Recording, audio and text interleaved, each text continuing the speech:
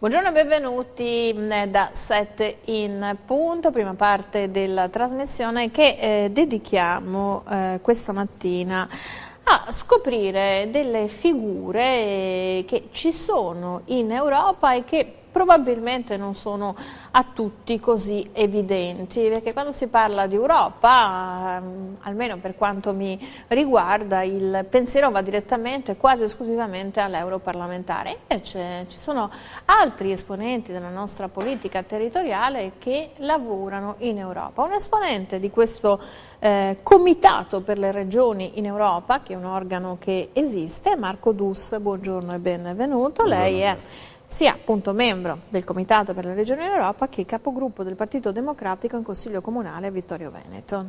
Giusto, sì.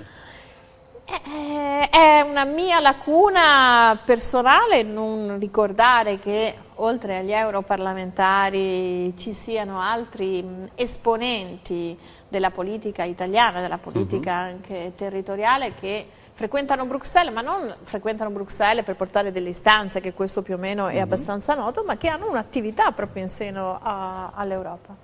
Sì, innanzitutto grazie dell'invito. Il Comitato delle Regioni è un organo che nasce nel 1992. Si realizza e concretizza fattivamente solo nel 1994.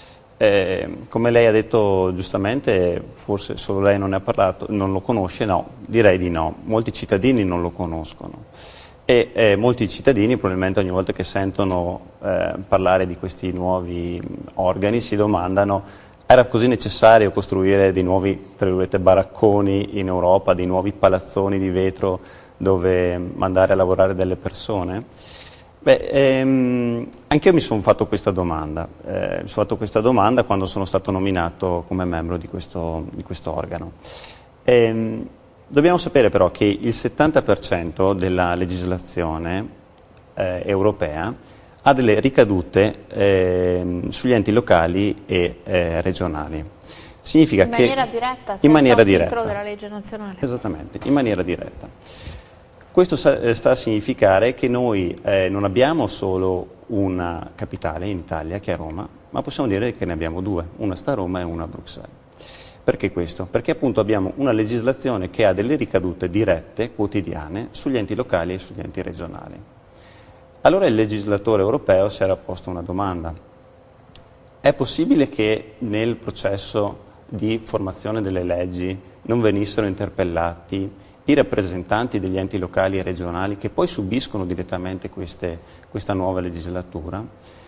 Credo che la risposta viene da sé, non era ammissibile una cosa di questo tipo. Aggiungiamo poi che per il 50% della popolazione i rappresentanti, tra virgolette, più degni dei cittadini a livello europeo sono gli amministratori locali, quindi consiglieri comunali, sindaci, presidenti di regione o presidenti di provincia negli stati in cui le province naturalmente ci sono.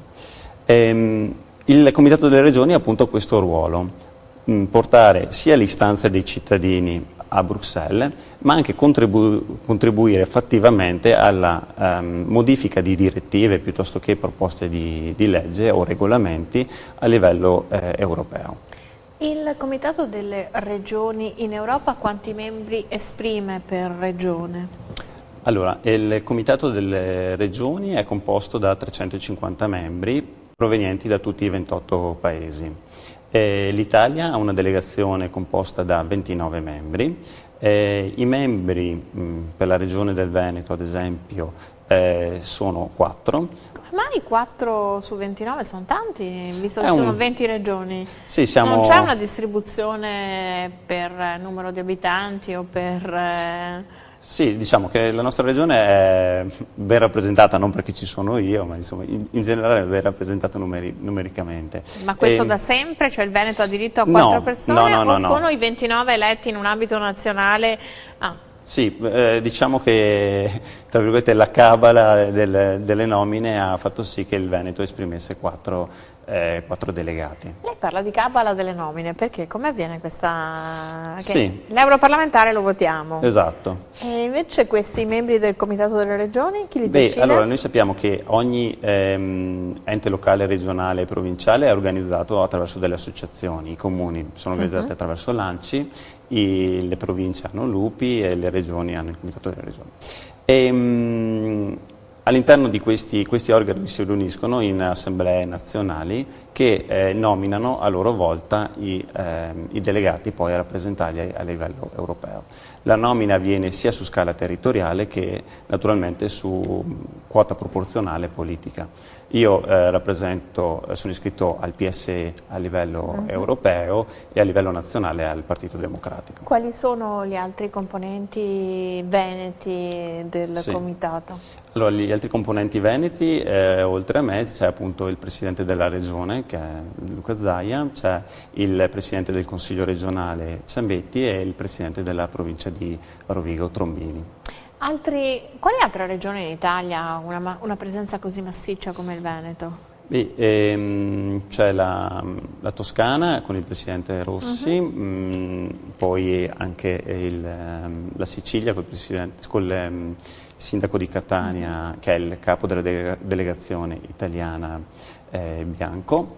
C'è Piero Fassino, insomma ci sono dei nomi abbastanza importanti. E qual è il peso politico che può avere la compagine veneta ma anche la compagine italiana? Perché si lavora più per territorialità regionale o per territorialità di paese? Ci sono delle necessità che riguardano tutta l'Italia, quindi riuscite almeno in Europa a fare lobby italiana?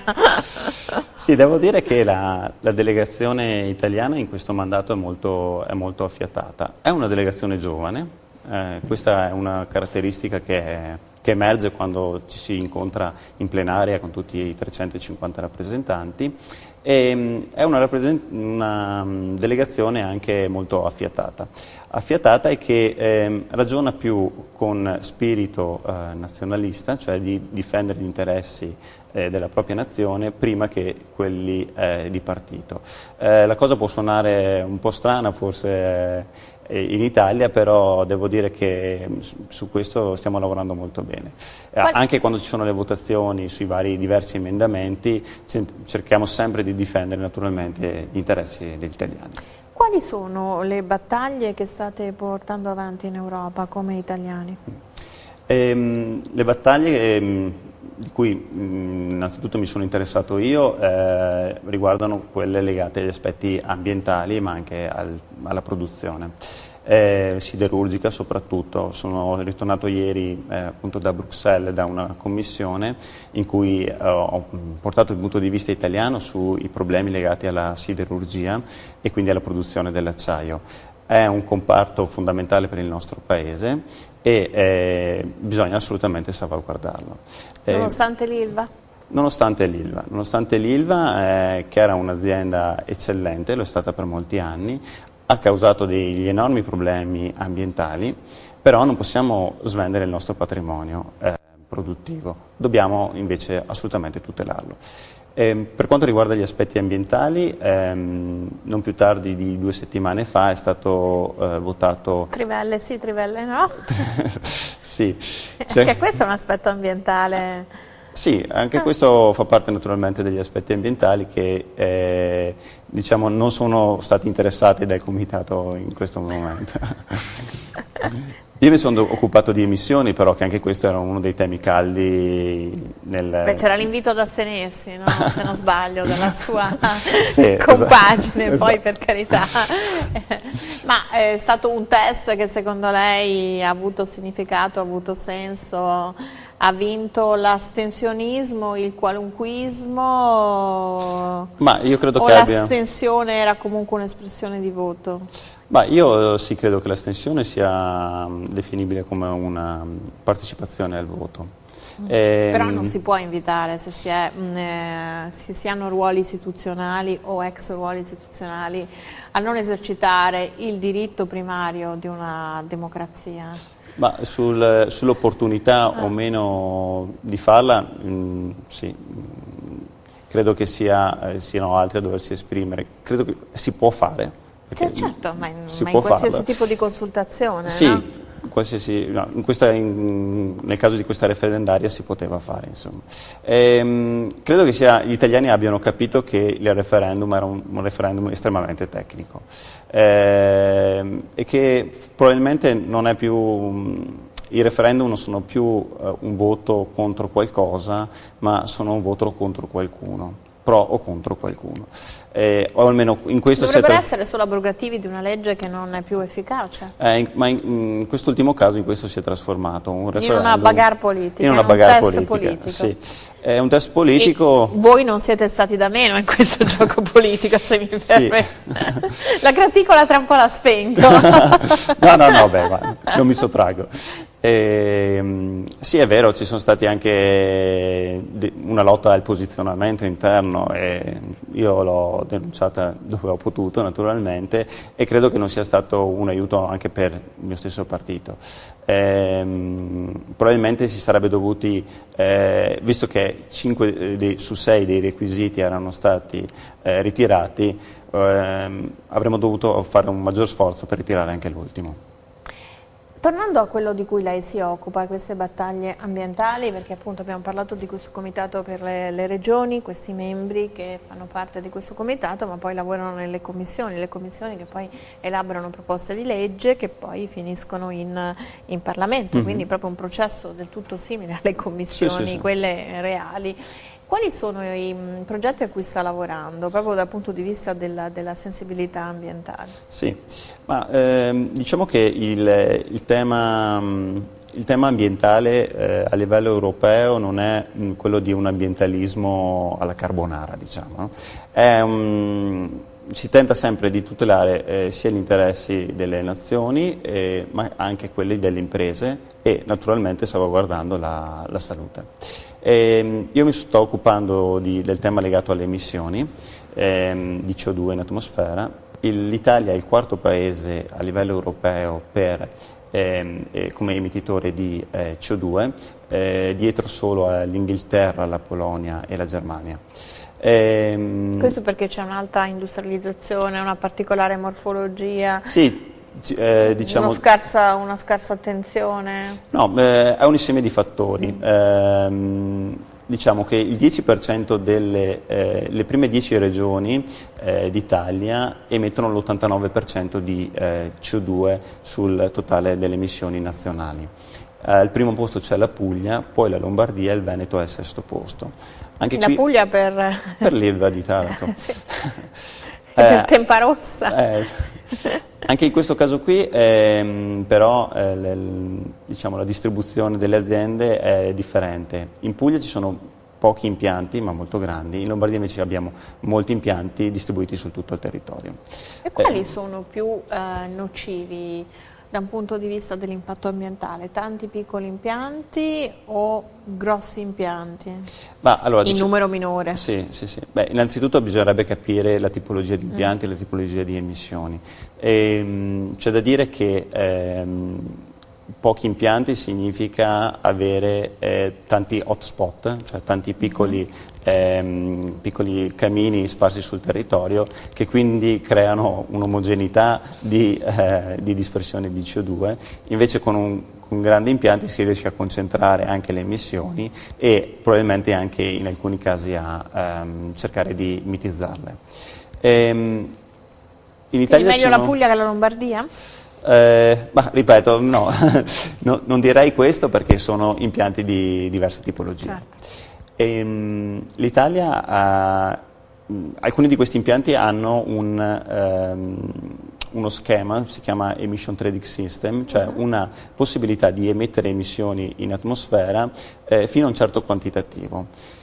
Oltre a quel quantitativo possono negoziare la possibilità di emettere emissioni, cioè io magari posso arrivare fino a 50, per fare degli esempi banali, tonnellate di CO2 all'anno.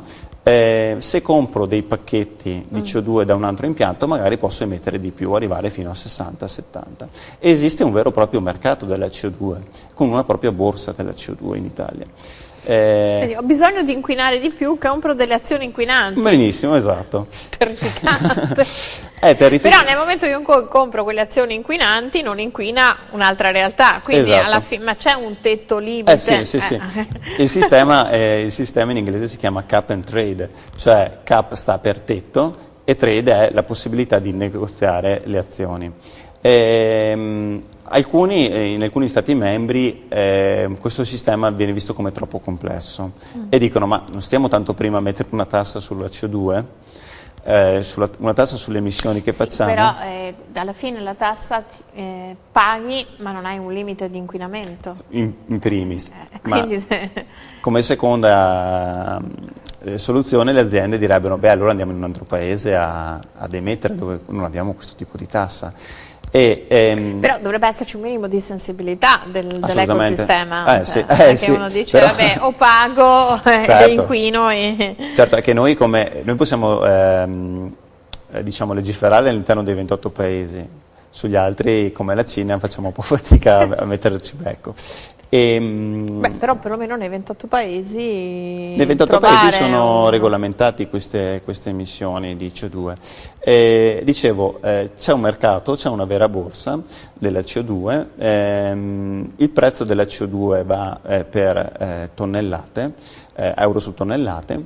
Nel 2008 si era ipotizzato un prezzo di 30 euro a tonnellata di CO2, oggi il mercato si è attestato attorno ai 6-7 euro di tonnellata. C'è stata anche lì una crisi del prezzo. Inquinamento libero tra un po'. C'è stata una crisi perché la crisi produttiva ha causato anche naturalmente un crollo dei prezzi dell'inquinamento, diciamo. Sì, produco meno, inquino meno, quindi esattamente, la possibilità di sforare i parametri costa meno. Siamo ironici, ma effettivamente questo è il meccanismo anche che si deve pagare per una industrializzazione che in qualche modo non si può evitare ed è estremamente legata alle emissioni inquinanti. C'è stata la conferenza di Parigi, no? Sì. Questi obiettivi ambientali di cui si è discusso, che poi fino a 10 anni fa, pre-crisi, erano molto più illusori, utopistici. Oggi perlomeno c'è un po' più di concretezza e è impossibile raggiungere dei livelli e dei parametri a costo anche di ritornare, non lo so, in che tipologia di vita.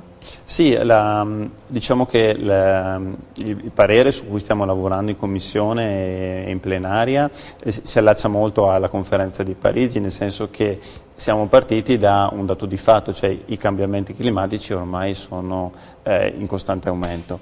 Un freno dobbiamo metterlo, però dobbiamo anche tutelare le nostre aziende, perché capiamo bene che la crisi occupazionale è ancora incalzante, non solo in Italia ma in tutta Europa. Ma c'è una via d'uscita? Cioè si può produrre in maniera pulita, cioè riducendo, abbattendo le emissioni, non lo so, ma sì, utilizzando, non saprei dire quali metodologie, degli impianti a idrogeno?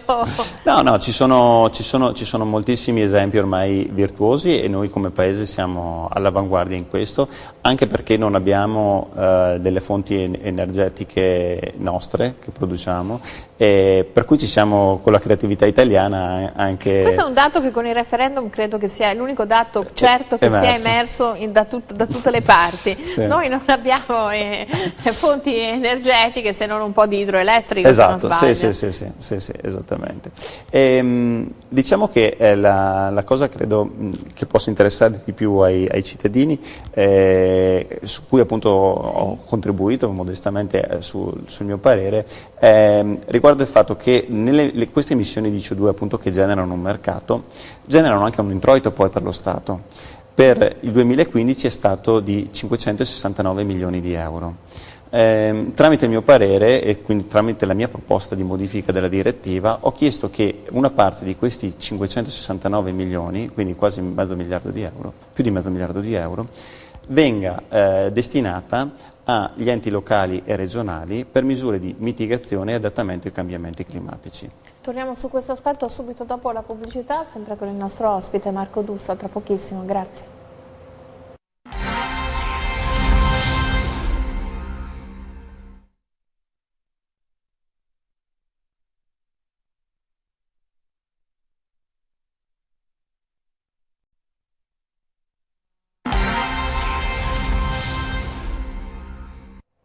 Siamo tornati in studio con noi Marco Gubdus, che è capogruppo del Partito Democratico, Consiglio Comunale a Vittoria Veneto, ma è soprattutto membro del Comitato delle Regioni in Europa. Figure politiche territoriali che lavorano in Europa e lavorano in commissioni. Nella fattispecie il nostro ospite lavora in una commissione ambiente, c'è una sua proposta di legge che recupera centinaia di milioni di euro da riconvertire in regione per opere di mitigazione ambientale? Sì, esatto.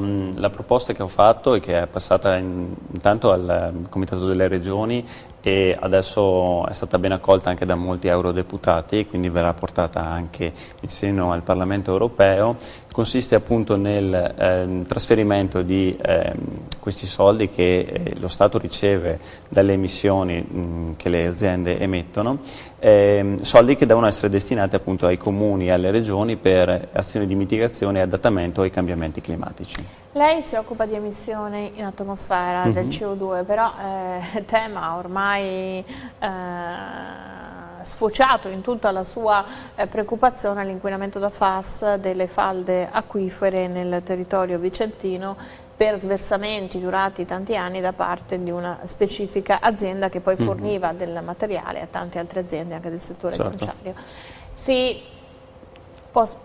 Che valutazione si può fare? Cioè, questi soldi possono essere impiegati anche in questo tipo di interventi o ci sono delle mitigazioni che vanno fatte a monte e messa in sicurezza delle aziende con dei parametri, ripeto, oggi magari si paga lo scotto di comportamenti inidonei che si sono protratti per anni, però ci sono delle sostanze che non è che dalla sera alla mattina si sciolgono nell'acqua. No, infatti noi intanto dobbiamo capire di che sostanze stiamo parlando di composti che si vengono definiti perfluoroalchilici, sono dei composti che hanno delle caratteristiche ben specifiche. Una di queste è essere idrorepellenti, tanto è vero che il loro impiego viene utilizzato sui tessuti, il più famoso il Gore-Tex, appunto per la loro capacità di essere idrorepellenti, però hanno anche delle caratteristiche assolutamente negative per l'uomo, e cioè quello di avere degli effetti endocrini molto gravi, creare effetti endocrini molto gravi. Tanto è vero che questi composti creano delle patologie molto gravi, quali possono essere ad esempio i tumori. Sono temi delicati che non devono creare però, devono essere trattati con un certo... Ma se si sapeva che queste sostanze, proprio per le caratteristiche, sono nocive alla salute, perché continuare a favorirne la produzione? Mi chiedo, adesso io sono estremista. Diciamo che come sempre quello che in chimica quello che fa la differenza è la quantità. Se non sbaglio, quello che è stato rilevato adesso è un limite che si aggira attorno ai 300-500 nanogrammi litro. Perché queste sostanze diano degli effetti diretti sull'uomo, il limite deve essere attorno ai 1000 nanogrammi litro. Questo non significa che possiamo stare sereni, diciamo, anche perché l'area interessata è un'area molto vasta, si parla di 150 km, è un'area a nord-ovest di Vicenza, sono 15 comuni a Vicenza, 3 in provincia di Verona e 3 in provincia di Padova. Per cui diciamo, è dal 2003 che si sa che queste sostanze sono presenti sulle falde fondamentalmente, e quindi non è un problema che nasce oggi, è un problema che è stato rilevato probabilmente da dei limiti, appunto da un'azienda specifica su cui sono in corso delle indagini, e il loro utilizzo può essere fatto tranquillamente. Il problema è la loro emissione nell'ambiente, naturalmente. Sì, ma è come se diciamo tutto può essere, abbiamo una borsa dove si sceglie la morte o la vita e sì, uno è una specie di patto col diavolo, no? Sì. Ovviamente estremizzo, però si può trovare, visto che lei si occupa di ambiente in Europa, si può trovare un giusto mezzo, cambiando magari le tecniche di produzione, anche cambiando anche, non so, non voglio criminalizzare il Gore-Tex, però se per produrlo dobbiamo far ammalare delle persone, usiamo un altro tessuto, studiamo dei tessuti che si possono realizzare con apporto di sostanze che non sono, cioè anche l'amianto l'abbiamo smantellato. Sì, chiaro. Diciamo che la sensibilità ambientale è un tema importante che sta prendendo sempre più piede, però è un tema tutto sommato recente. Fino a qualche anno fa ciò che ci interessava era produrre il benessere economico. Per fortuna, dico, invece adesso abbiamo capito che ci sono altri... Forse perché adesso iniziamo a vedere le conseguenze. Adesso iniziamo a pagarle proprio le conseguenze. In questo ci aiuta anche naturalmente il progresso scientifico, che ci dice che ciò che prima non conoscevamo invece aveva delle cause dirette sul nostro organismo. I primi libri degli anni 70 non si capiva esattamente, si identificavano delle macrofamiglie di elementi chimici che erano dannosi per l'uomo. Ricordo uno fra tutti, il DDT, che veniva largamente utilizzato in agricoltura. Adesso sarebbe blasfemo utilizzarlo, però fino a alcuni decenni fa era cosa prassi naturale. Quali altre sorprese dovremmo attenderci da abitudini a un allegro uso della chimica, perché sembrava risolutiva, no? E le conseguenze ancora per la ricerca e anche per gli esiti non erano così evidenti. Quali sorprese potremmo attenderci da quali sostanze, secondo lei? Io non focalizzerei solo l'attenzione sulla chimica. La chimica italiana è un'azienda, sia una realtà che ha fatto anch'essa dei progressi. Quella che rimane. Quella che rimane, sì. E faticosamente sopravvive. Però ci sono delle bellissime realtà anche nel nostro territorio, di la verità. Ad esempio c'è tutto un tema che riguarda le radiazioni elettromagnetiche, che sta venendo avanti negli ultimi anni e di cui ancora si conosce poco. Non mi stupirei se fra 20 anni qualcuno ci dicesse: ma come, cosa facevate? Mettevate tutte queste antenne per i cellulari ovunque? Avevate 7 cellulari a testa e nelle tasche. Tenevate nel taschino il cellulare dalla mattina alla sera, ma non sapevate? Eppure non lo sapevamo. Appunto per questo che alle volte il progresso tecnologico viene dopo quello scientifico, viene prima di quello scientifico, per cui c'è questo appunto rallentamento e una incapacità di saperne leggere gli effetti. Che margine ha la sua proposta che venga approvata? Allora, io devo dire, sono ottimista di natura, forse anche magari per la giovane età. Ecco. Vabbè, ma visto che lei diceva che siete una squadra affiatata, che comunque sono membri giovani, quindi probabilmente la sensibilità è più forte e c'è maggiore possibilità che iniziative di questo genere possano trovare riscontri positivi. Sì, a questo aggiungo anche che il mio parere è stato votato a larghissima maggioranza con solo un contrario, un membro della Polonia, contrario all'introduzione di questa proposta. Ho avuto anche degli apprezzamenti dei relatori in Parlamento europeo, quindi stiamo cercando di far squadra anche con gli eurodeputati presenti in Parlamento europeo.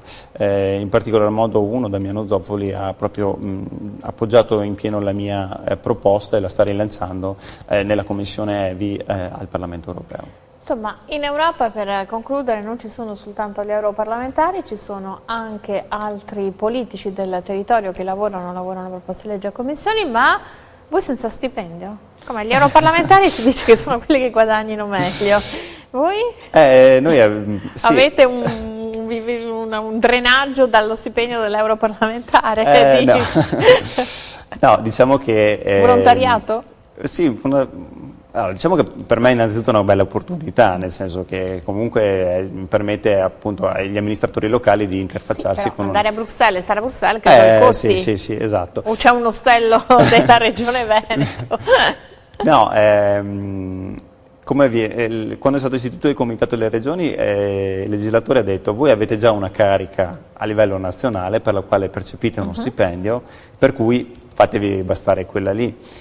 Non dimenticandosi però che un conto è una carica come un presidente di regione o un presidente di un consiglio regionale. Un riferimento puramente casuale? Sì. E i consiglieri comunali e i sindaci magari di piccole città hanno uno stipendio un po' più modesto, diciamo. Lei vive di politica? No, io ho un lavoro mio. E con questo ringrazio Marco Dusso, capogruppo del Partito Democratico del Consiglio Comunale di Vittorio Veneto, ma membro del Comitato per le Regioni in Europa. Grazie.